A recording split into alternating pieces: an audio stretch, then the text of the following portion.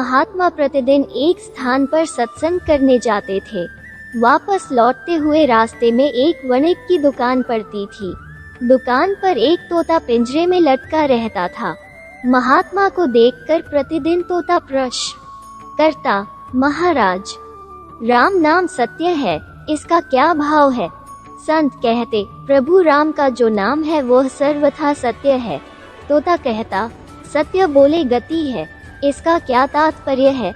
संत कहते, जो इस नाम का उच्चारण करता है उसकी गति अर्थात मुक्ति होती है, वो स्वतंत्र हो जाता है।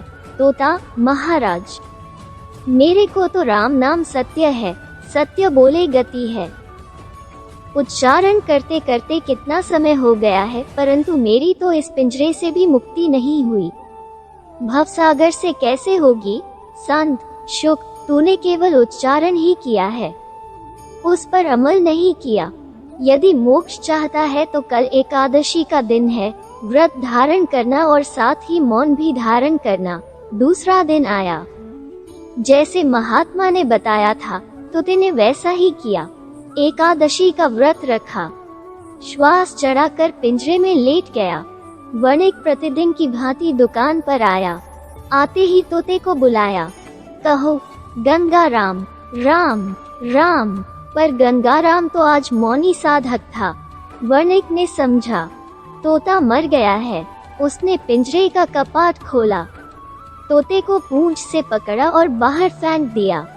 सब लोग एक ओर हुए तो तोता उठा और उठकर वणिक की दुकान के सामने वाले वृक्ष पर जा बैठा और ऊंचे स्वर से बोलने लगा, राम का नाम सत्य है। सत्य बोलने से गति अर्थात मोक्ष मिलता है, परंतु मोक्ष का मार्ग संत के हाथ में है।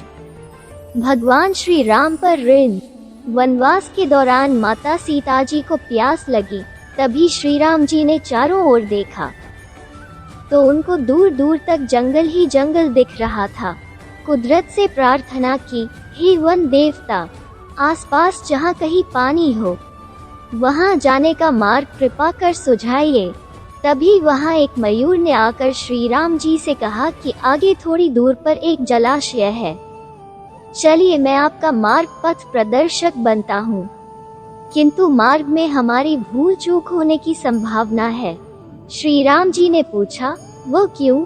तब मयूर ने उत्तर दिया कि मैं उड़ता हुआ जाऊंगा और आप चलते हुए आएंगे, इसलिए मार्ग में मैं अपना एक एक पंख बिखेरता हुआ जाऊंगा, उसके सहारे आप जलाशय तक पहुंच ही जाओगे।